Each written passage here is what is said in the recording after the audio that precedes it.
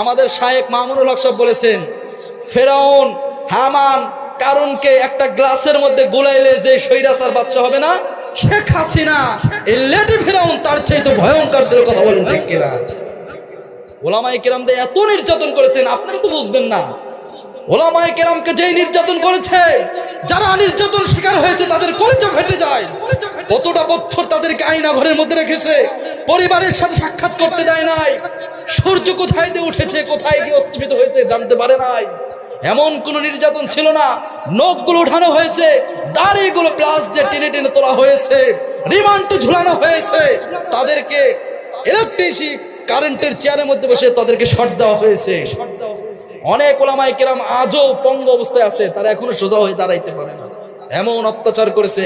কিন্তু আমার আল্লাহ ছাড় দান ছেড়ে, বলেন না, আমার আল্লাহ ছাড় দান ছেড়ে দেন, আমার আল্লাহ ছাড় দান ছেড়ে দেন না। এখান থেকে শিক্ষা নিতে হবে।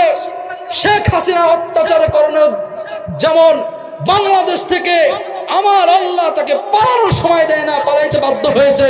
সামনেও যদি কোনো দল যদি শেখ হাসিনা মতো জুলুম নির্যাতন করে, তারাও এই দেশ থেকে পালাতে বাধ্য হবে। কথা বলেন ঠিক কিনা?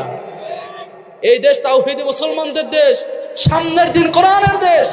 এ দেশে অত্যাচার করে কেউ টিকে থাকতে পারবে না, সামনেও কেউ টিকতে পারবে না ইনশাআল্লাহ। এদেশের মুসলমান সজাগ হয়েছে, তারা আর ছাড় দিবে না। আমার আল্লাহ ছাড় দেন, কিন্তু ছেড়ে, কথা বলেন, ছাড় দেন ছেড়ে দেন।